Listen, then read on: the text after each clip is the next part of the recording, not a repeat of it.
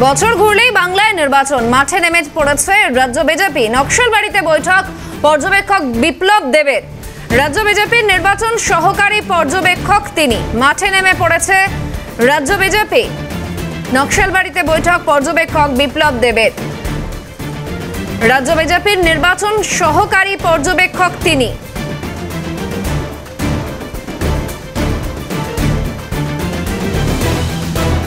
নকশালবাড়িতে বৈঠক পর্যবেক্ষক বিপ্লব দেবের।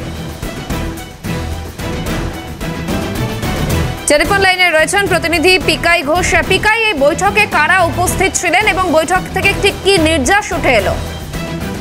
দেখো সারা, তোমাকে জানিয়ে রাখি, একদিকে দেখা গিয়েছে আজ কিন্তু বিহারের যে ভোটের রেজাল্ট, ঠিক সেই জায়গায় দাঁড়িয়ে দেখা গিয়েছে যে এদিন নকশালবাড়ির যে কটিয়াজোত শক্তি কেন্দ্র বৈঠক, সেই বৈঠকে কিন্তু দেখা গিয়েছে যে ত্রিপুরার প্রাক্তন মুখ্যমন্ত্রী বিপ্লব দেব সহ সেখানকার স্থানীয় কিছু বিধায়ক সহ বিজেপির বিধায়ক থেকে শুরু করে আনন্দময় মর্মন এবং সেখানকার কর্মী সমর্থকেরা কিন্তু উপস্থিত হন এবং সেখানকার যে সমস্ত সাধারণ মানুষ রয়েছে তাদের সঙ্গে কিন্তু বৈঠক সারেন এবং কি কি সমস্যা রয়েছে, এই যে এসআইআর সম্পর্কে যে সমস্ত ভুল তথ্য, সেই তথ্য দিয়ে মানুষ বিভ্রান্ত হচ্ছে, আতঙ্কিত হচ্ছে, সেই সমস্ত বিষয় নিয়েও কিন্তু সাধারণ মানুষের সঙ্গে কিন্তু কথা বলা হয়।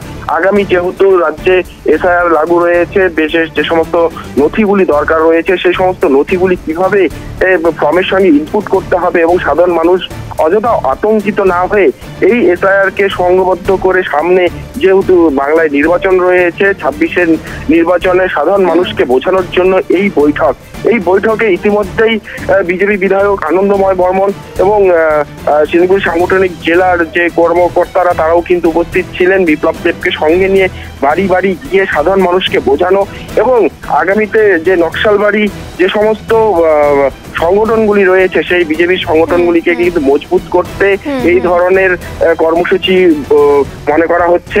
অপরদিকে এই যে কর্মসূচি, সেই কর্মসূচি আগামীতেও বিভিন্ন জায়গায় বিভিন্ন ব্লকে কিন্তু করা হতে পারে, এমনটাও কিন্তু অনুমান করা হচ্ছে। অবশেষে যে বিপ্লব দেব কিন্তু পরিষ্কার জানিয়েছেন যে সামনে যে নির্বাচন রয়েছে, বাংলায় যে নির্বাচন, সেখানে কিন্তু ভালো ফল হবে বিজেপির, এই ধরনের কিন্তু মন্তব্য তার মুখে থেকে জানা গিয়েছে। তবে এই যে বিজেপির যে একদম পিকাই, অবশ্যই পরবর্তীতে আরো আপডেট নেব। আপাতত ধন্যবাদ। বিজেপি সাংসদ কি বলছেন দেখুন। বাংলাকে পুনরুদ্ধার করতে চাইছে, এটা বিজেপির আর ভারতীয় জনতা পার্টির কার্যকর্তার ইলেকশন না, এটা বাংলার মানুষের মুক্তির ইলেকশন। এই রাজ্যে এমন একটা মুখ্যমন্ত্রী যার কোনো রেসপন্সিবিলিটি নেই, ওনার একটাই রেসপন্সিবিলিটি, সেটা হচ্ছে ভাইপোকে কিভাবে এস্টাবলিশ করা যায়। বাংলার কথা বা বাংলার বিষয়ে ওনার কোনো চিন্তা ভাবনা নেই। মেয়েরা রেপ হলে উনি বলবেন সন্ধ্যার সময় বেরোনোর দরকার নেই, ছেলেরা রোজগার নেই, চলে যাও ওখানে গিয়ে রোজগার করো। ওনাকে যদি আরজিকর হসপিটালের মধ্যে রেপ হয়েছে তো উনি রাস্তার মধ্যে আন্দোলন উনি নিজেই করছে, তো উনি মানে মতিভ্রম হয়ে গেছে ওনার।